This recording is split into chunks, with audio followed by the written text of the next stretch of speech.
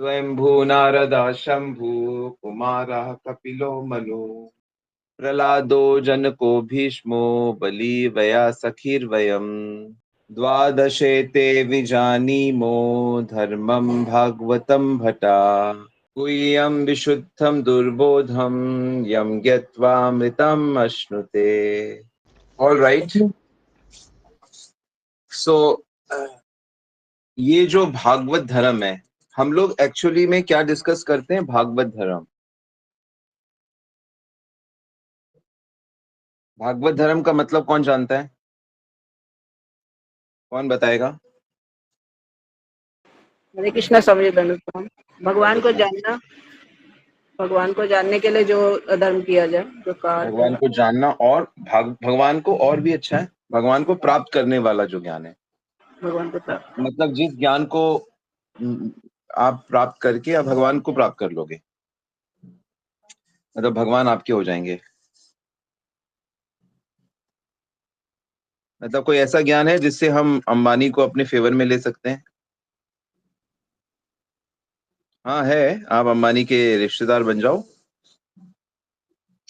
उनसे किसी तरह बहुत अच्छी दोस्ती कर लो, तो अंबानी के द्वार आपके लिए खुल जाएंगे।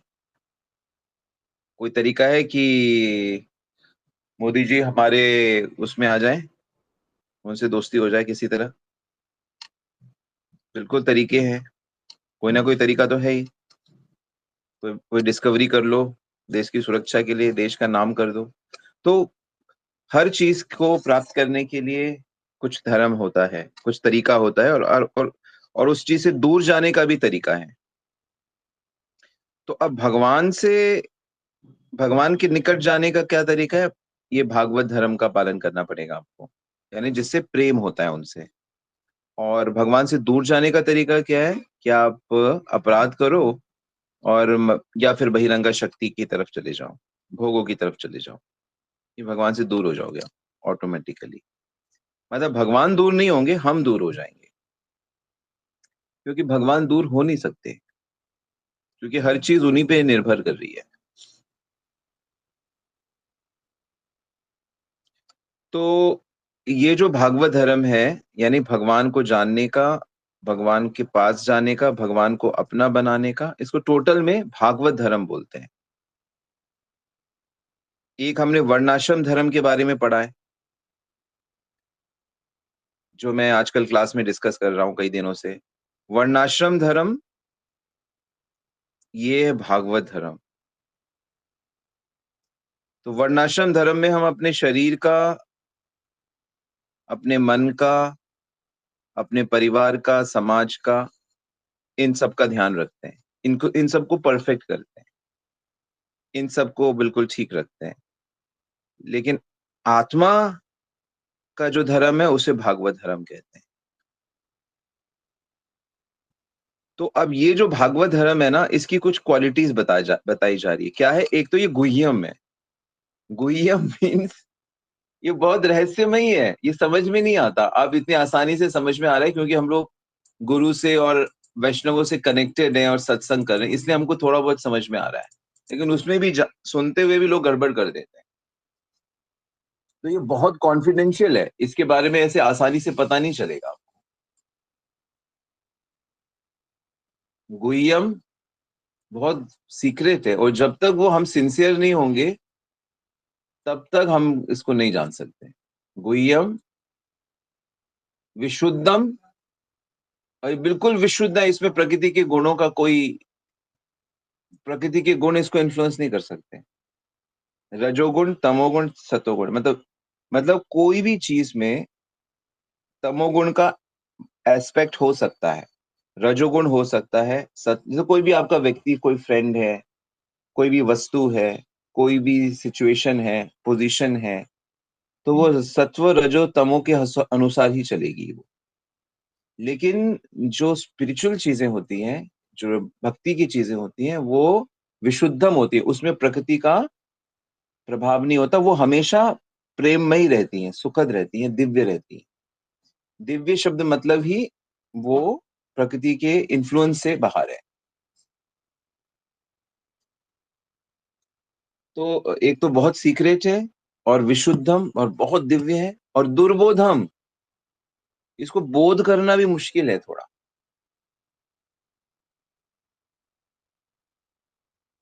मुश्किल है, इसलिए आपको हमको सिंसियर होना पड़ेगा। That is the only point. अगर हम सिंसियर नहीं होंगे इस चीज के लिए, कमर नहीं कसेंगे, आलस नहीं छोड़ेंगे, कंटिन्यूअस नहीं मेहनत करेंगे, तो हमें समझ ही नहीं आएगा। हमारा तो खाना पीना, बच्चे पैदा करना और बच्चों को बड़ा करने में हमारा जीवन नष्ट हो जाएगा।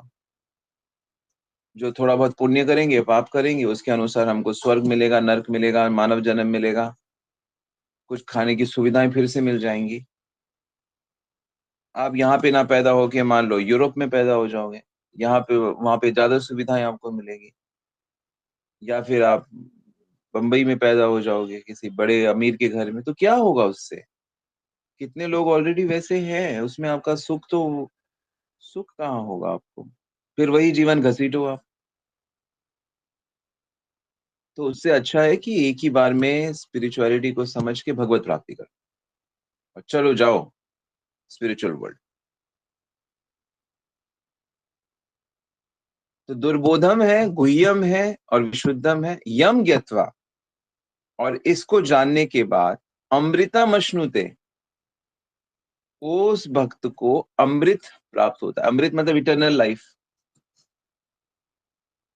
इटर्नल लाइफ, नित्य, हमेशा हमेशा भगवान का संग। और वो भी सिर्फ इटर्नल लाइफ नहीं मिल रही है उसको, राधा रानी भी मिल रही है उसको, कृष्ण भी मिल रहे हैं उसको, सारा वृंदावन मिल रहा है उसको, दिव्य लीलाएं मिल रही हैं। भगवान तो वहां पे एंजॉय कर रहे हैं ना, एंजॉय यहाँ भी लोग करने की कोशिश कर रहे हैं, लेकिन ये गुणों में एंजॉय कर रहे हैं।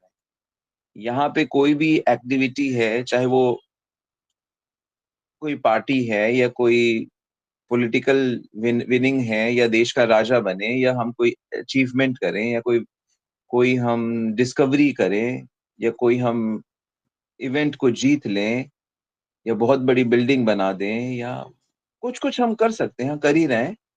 लेकिन उसमें जो आनंद है, वो अमृत आनंद नहीं हो सकता। आप कितने ही बड़े किराए के मकान में रह लो, पैलेशियल एकदम, लेकिन आपका जो अपना घर है, चाहे वो 2 कमरों का हो, उसमें आपको ज्यादा सुख मिलेगा।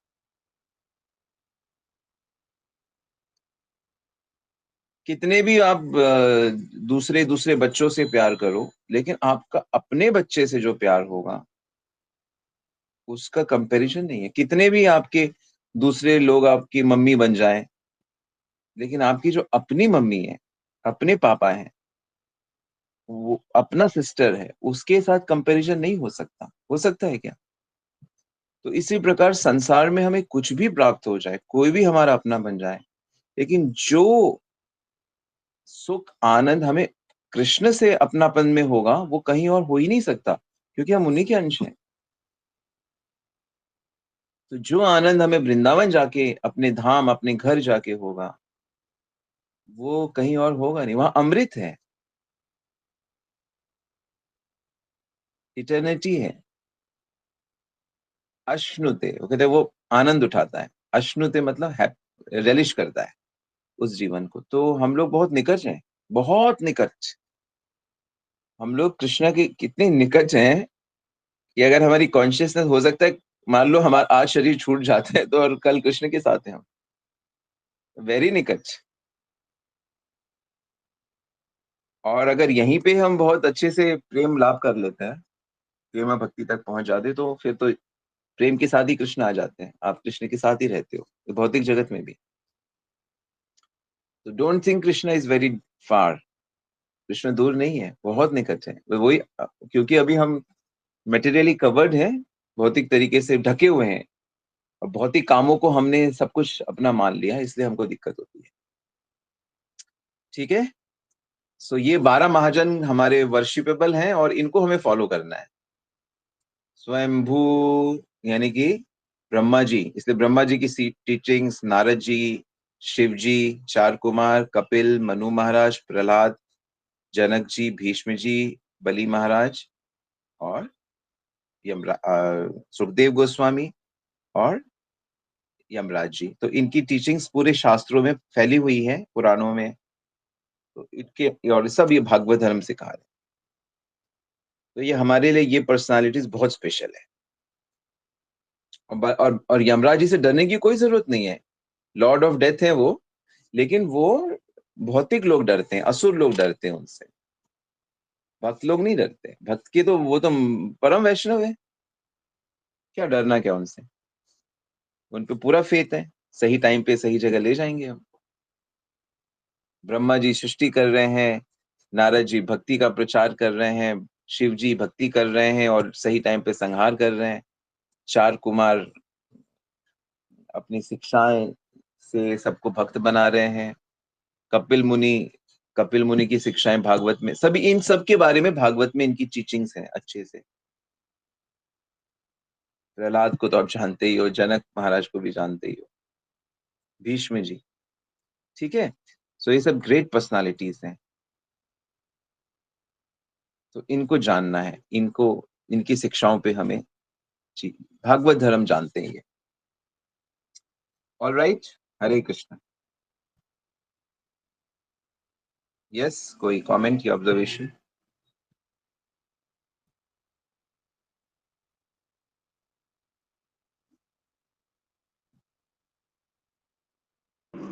प्रभु जी हरे कृष्ण। प्रभु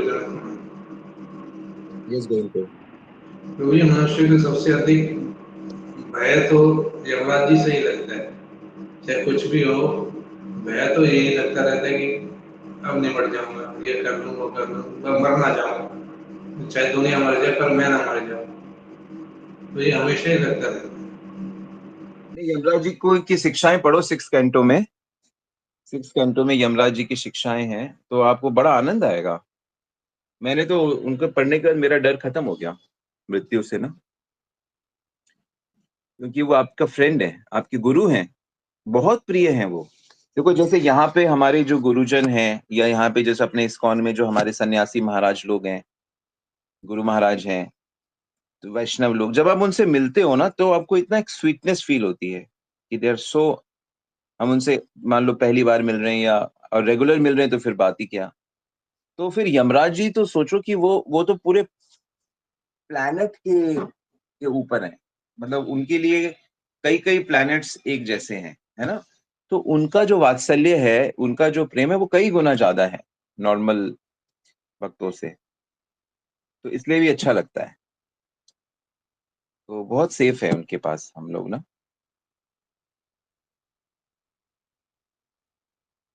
तो पढ़ो, और जब भी आप किसी चीज को जान जाते हो तो आपको दुख भय खत्म हो जाता है। जैसे मान लो कोई मैथमेटिक्स का कैलकुलेशन है या कोई पार्ट है, तो आप अगर उसको सीख लोगे, जान लोगे उसको प्रॉपरली, तो आपका डर खत्म हो जाएगा। बच्चे डरते क्यों है एग्जाम से? वो क्योंकि पढ़ते नहीं है।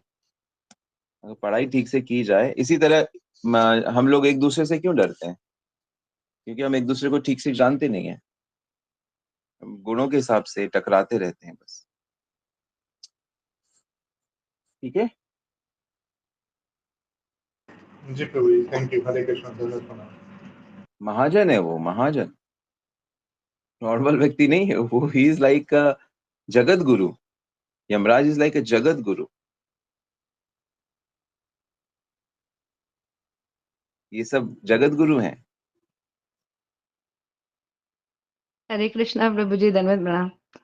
प्रभु जी, मुझे तो मृत्यु इतनी पसंद है, मेरे को तो मन करता है आज मर जाऊं, क्योंकि मेरे को ना ये विश्वास है मरने के बाद यमराज जी मुझे भगवान के पास लेके जाएंगे, उनकी सेवाओं में ले जाएंगे, उनकी निकुंज सेवाएं जो भी सेवा है। तो मैं तो आज भी मरना चाहती हूँ। I am ready to die. Sanatan Goswami भी ऐसे मरना चाहते थे, लेकिन चैतन्य महाप्रभु ने कहा ऐसे ऐसे मरने से भगवत प्राप्ति नहीं होती, कि मैं जाके मर जाता हूँ।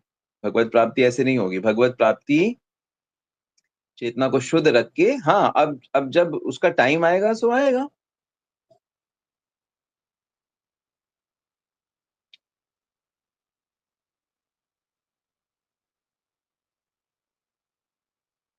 सो चलो मरते हैं और चलो भगवत धाम जाते हैं। ये शास्त्र अलाउ नहीं करता है। शास्त्र सेवा हेतु अगर शरीर छोड़ना पड़ रहा है तो आप छोड़ सकते हो, दधी जी महाराज की तरह। पर अपने सुख के लिए शरीर नहीं छोड़ा जाता। चैतन्य महाप्रभु कहते ऐसे मर के अगर भगवान मिलते तो मैं तुरंत कब का मर गया होता। तो बहुत सुंदर शिक्षाएं हैं। आयो पॉइंट आपको समझ आ गया, पर ये भी अच्छा है कि आपको डर नहीं लग रहा, ये बहुत सुंदर बात है। तो किसी के लिए नहीं डरना। और मैंने आपको सिखाया है कि मृत्यु को कैसे देखते हैं, कौन बताएगा? डेथ को कैसे देखना है? पेयर में देखना है प्रभु जी, कैसे बर्थ देखना है? और पेयर में, बर्थ और डेथ। हाँ बिल्कुल सही। डेथ को हमेशा बर्थ के साथ देखना है, पेयर में देखना है। अरे शरीर छोड़ा, अभी कहीं कहीं कहाँ पे पकड़ा है इसने शरीर, शरीर। और बर्थडे को भी डेथ के, किसी ने शरीर छोड़ा, किसी ने शरीर हमारा बच्चा बन के आया। ये कैसे देखते हैं? और कुछ? हरे कृष्णा प्रभु जी, दंडवत प्रणाम। यस प्रभु। प्रभु जी सैटरडे को लाइक परसों हमारे यहाँ पे टोरंटो में रथ यात्रा है। ओके। तो प्रभु जी लाइक फिर मैं सोच रहा था कि लाइक उस दिन मैं काफी सेवाएं करूं, लाइक भगवान को प्रसन्न करने की कोशिश करूं। लाइक इस बार तो लाइक मैं कैसे स्टार्ट कर सकता हूँ, और आप थोड़ा गाइड कर सकते हो क्या उस दिन? बिल्कुल, वहां पे जो रथ यात्रा के जो इंचार्ज हैं या जो सेवाओं में हैं, उनके पास जाके हाथ जोड़ के खड़े हो जाओ और बोलो कि प्रभु जी मैं आपकी सर्विस में हूँ, मेरे पास इतना टाइम है, आप मुझे जहां मर्जी सेवा में लगा सकते हो। ठीक है? यस प्रभु जी। ये सबसे अच्छा तरीका है। जो भी वहां पे सेवा में इंचार्ज हैं, उनके पास जाके बस हाथ जोड़ के खड़े हो जाओ, बोलो कि मैं आई am ready for any service which you think suitable, and मेरे को क्या आता है क्या नहीं आता, जो भी, और जितना टाइम मेरे पास है इतने टाइम तक मैं सेवा कर सकता हूँ। बस वो आपको एंगेज कर देंगे। यस प्रभु जी, एक्चुअली यूजुअली हम लाइक मैं यूजुअली लाइक हमेशा कुछ चाहता हूँ कि लाइक आनंद मिले, ये है वो है, बट इस टाइम लाइक मैं बस सेवा करना चाहता हूँ। तो हाँ, आप आनंद मत ढूंढो, आप बस सेवा के लिए एग्री हो जाओ। I am ready for service, you just give me service and then you will see after doing that service, उसके बाद आप मुझसे बात करना करने की जरूरत नहीं पड़ेगी। ठीक है? और यस कुछ? प्रभु।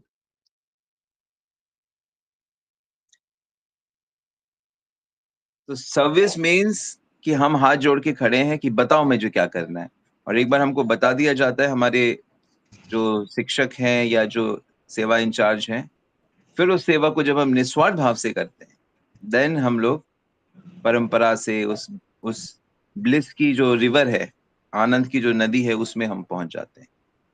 हम अपने मन से, हम मन से जो कुछ भी करते हैं बिना सरेंडर हुए करते हैं, बिना सरेंडर की सेवा होगी ना। फिर अपने मन से कुछ भी किया तो उसमें हमें उतना आनंद नहीं मिलेगा।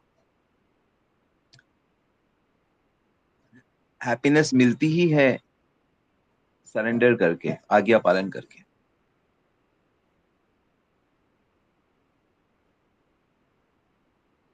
आनुगत्य, इसको बोलते हैं आनुगत्य। आनुगत्य में रह के सेवा होती है। लिख लो इसको आप लोग, सेवा कैसे होती है? अनुगत्य में। अनुगत्य, हाँ जी बताइए, मैं मेरे को सेवा बताइए। इंडिपेंडेंट सेवा नहीं होती कभी।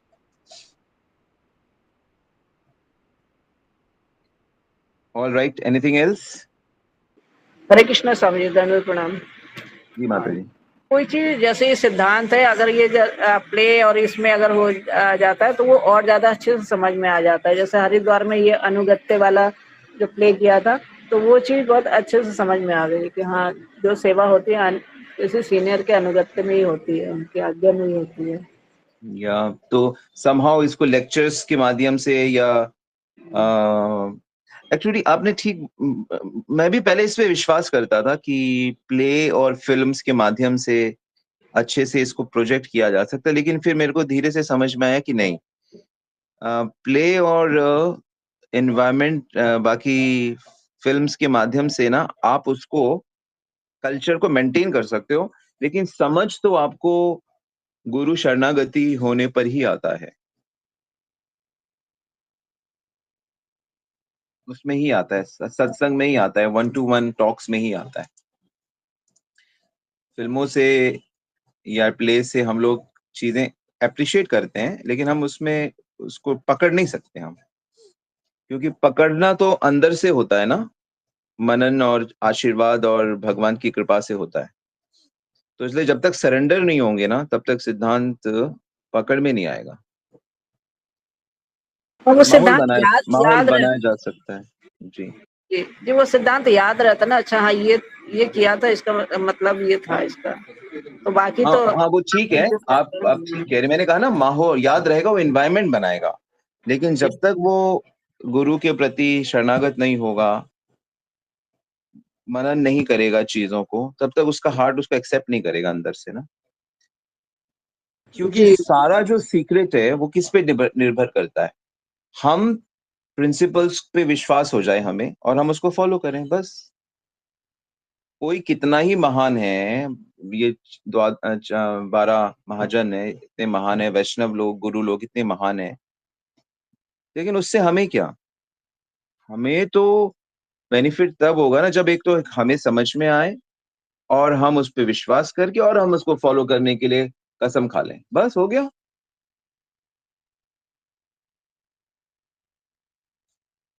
That is the challenge, right?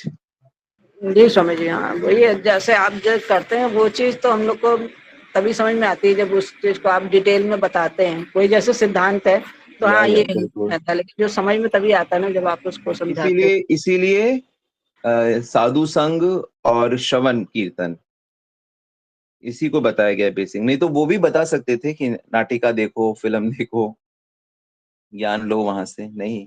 उन्होंने अगर जो दिव्य ज्ञान है वो शब्द के रूप में आता है। दिव्य ज्ञान जो है वो गुरु से शिष्य के पास शब्द रूप से आता है। यानी जब तक हम गुरु नहीं मानेंगे, जब तक हम शरणागत नहीं होंगे और जब तक उन पे श्रद्धा नहीं होगी, और तब तक वो जो वो ज्ञान की बातें हैं वो ट्रांसफर नहीं होंगी। तो शिष्य को भी शिष्य जैसा होना चाहिए, गुरु को भी बिल्कुल निष्पक्ष, जो गुरु की जो क्वालिटीज है, जब तक वो टैली नहीं होगा तब तक वो दिव्यता ट्रांसफर नहीं होगी। मतलब भागवत धर्म की बात करें, इसीलिए गुरु परंपरा कहा जाता है कि हमें परंपरा से, गुरु के माध्यम से हम अटैच हो जाते हैं, तो उनके उनके प्रति सिंसेरिटी ही हमारी फिर प्रीवियस आचार्यस के थ्रू कृष्ण तक चली जाती है। ये है इसका रहस्य। ऑलराइट।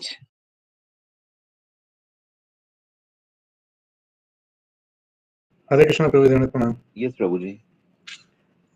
प्रभु जी, एक प्रश्न है कि जन्माष्टमी का हम प्रोग्राम किस दिन, कार्यक्रम किस दिन रख रहे हैं, कुछ उसके आइडिया है? बता पाएंगे उसके बारे में? जन्माष्टमी तो 16 अगस्त है। ठीक है प्रभु जी, क्योंकि बड़े मंदिर से मेरे पास फोन आया था कि सेवा करने के लिए। हम लोग का 16 अगस्त है, 17 भजन संध्या है, और 10 तारीख से हम लोगों का वो है, सेंटर में है, अलग अलग दिन। हम लोग 8 डेज का जन्माष्टमी कर रहे हैं ना इस साल से। ओके। हरी बोल। ऑलराइट, सो हम लोग आज यहीं रुकते हैं। Thank you very much. Srila Prabhupada की जय, गुरु महाराज की जय, गॉड प्रेमानंद।